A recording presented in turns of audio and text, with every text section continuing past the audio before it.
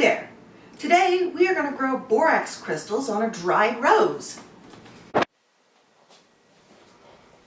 So what we're going to need are a rose, of course, and borax, which, as it says on the box, is a laundry detergent booster. You can get this where you get your laundry soap. It looks like a fine white powder. It's easy to work with. You're going to need a glass jar. Some people use plastic, but the plastic tends to be rougher than glass, and the borax crystals will actually grow on the insides of the plastic, so we're going to try to keep the borax crystals on our rose, not on our jar. Going to need water, of course. You're going to need a non-metallic stirring rod or a spoon. This is just a bamboo skewer that I use. And I use a bent piece of wire. It's kind of bent like a paper clip. And this is because roses, unlike most things that you're going to grow crystals on, float. So this is to hold it down under the liquid. I'm going to need something to clean up with. I have an old rag. Finally, you're going to need a cooking pot. This one is ceramic coated so that any chemicals I use for crystal growing will not corrode the pan. This is a pot I use exclusively for my chemistry experiments so that I'm not eating the chemicals. Borax is non-toxic. This is why we use it for most beginning crystals. But I still don't want to put it in my food. It doesn't taste good.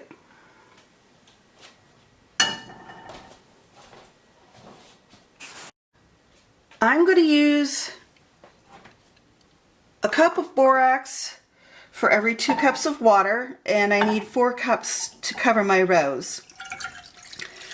So here's 4 cups of water. And 1 cup.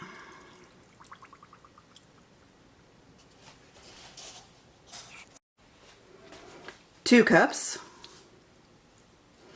I'm going to put this on, I just use medium heat. And I'm going to stir this around until the whole thing is completely dissolved.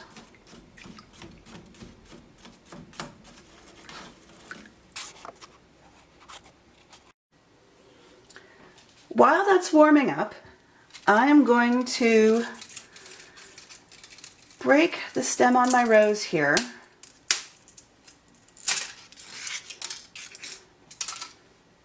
And I'm going to put it into the slots so that I can hold it down into the solution.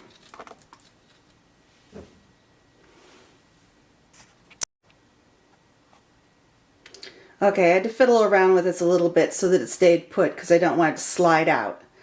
You can see that the rose is kind of misshapen, but we're going to fix that once it gets a little damp. Alright, everything is nicely dissolved, and the first thing I'm going to do is dip my rose in and get it completely soaked, or completely wet.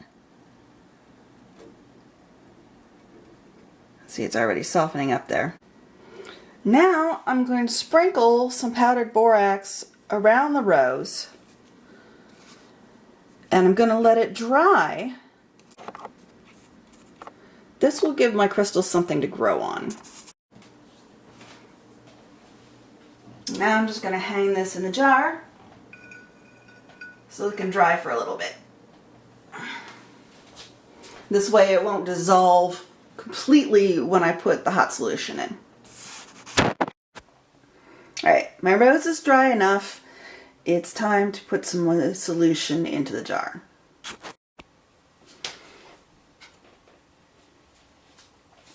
You can see there's crystals starting to form on top of my solution here. So I'm going to warm it up a little bit and make sure everything is dissolved. getting stuck to the sides and the bottom here too. Just make sure that this is completely dissolved and saturated before I put it into my jar. Alright, the rose is dry, and I'm going to add this solution in very slowly. I'm going to get the rose over the side here. I already started putting some in here, and I had a little spill. I'm going to put it down the side of the container instead of directly on the rose, so I can keep from washing off as much of the powder as possible. There we go. See, the rose is starting to get a little floppy. So I'm going to take my stick here and open it up a little bit.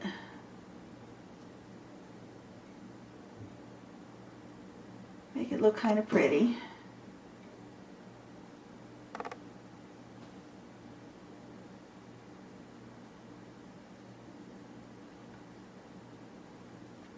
Guess that's probably about as good as we're going to get with this one.